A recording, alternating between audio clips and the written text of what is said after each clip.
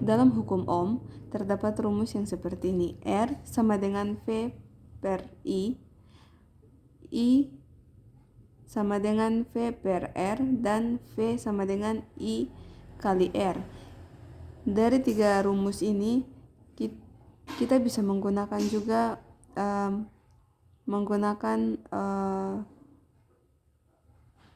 segitiga seperti ini. Jika ditanya V, maka I dikali dengan R. Jika ditanya I, maka V per R. Dan jika ditanya R, maka V per I, sesuai dengan yang ketiga rumus ini. Selain rumus ini, kita juga bisa menggunakan rumus yang ini. I sama dengan Q per T, dan V sama dengan W per Q. Tergantung dari contoh soalnya nanti. Jika yang diketahui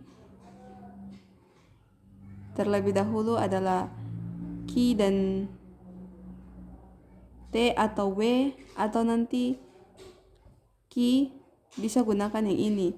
Tetapi kalau nanti di soal diketahui yang ini, maka kita bisa menggunakan rumus ini.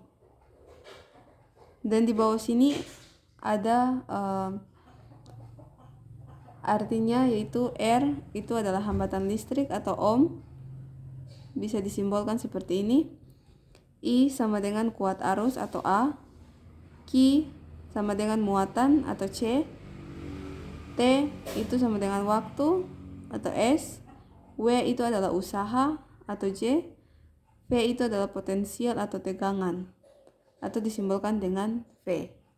Baik, kita akan masuk ke dalam contoh soal. Contoh soal yang pertama, pada sebuah rangkaian listrik mengalir muatan listrik dengan besar 10 kolom dalam waktu 5 sekon atau 5 detik. Jika usaha yang dibutuhkan muatan tersebut adalah sebesar 20 J, maka hitunglah A. Kuat arus listrik, B. Tegangan listrik, C. Hambatan listrik.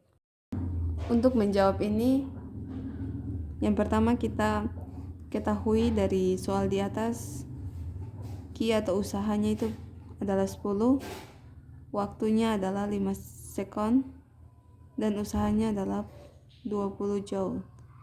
Dan yang ditanya adalah I, V, dan R. Untuk penyelesaian ini kita menggunakan rumus yang tadi. Untuk menjawab yang pertama atau I, kita akan gunakan rumus yang ini.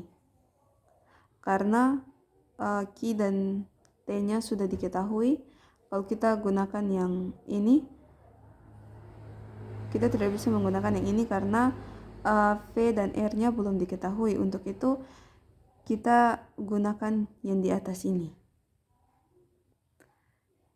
Setelah ditulis rumus, maka yang diketahui Q itu adalah 10, T itu adalah 5, maka 10 dibagi 5 adalah 2, dan simbolnya adalah A.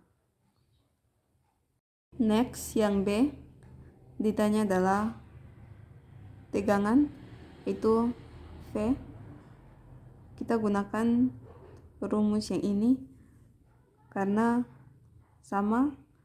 Kalau kita gunakan yang ini, kita belum mengetahui yang R, jadi kita gunakan yang atas dulu, yaitu W per Q, yang dimana W itu adalah 20, Q itu adalah 10, maka 20 bagi 10 adalah 2, maka satuannya adalah volt.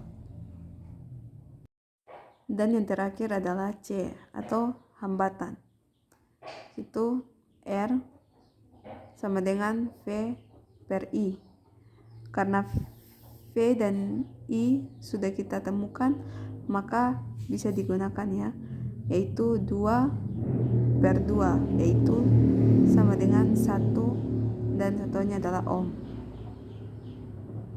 Jika sudah ditemukan seperti ini, maka sudah selesai. Tetapi Kalau di soal dan sudah diketahui R atau I-nya, bisa kita gunakan menggunakan rumus yang ini. Kalian tidak perlu khawatir karena jawabannya akan tetap sama.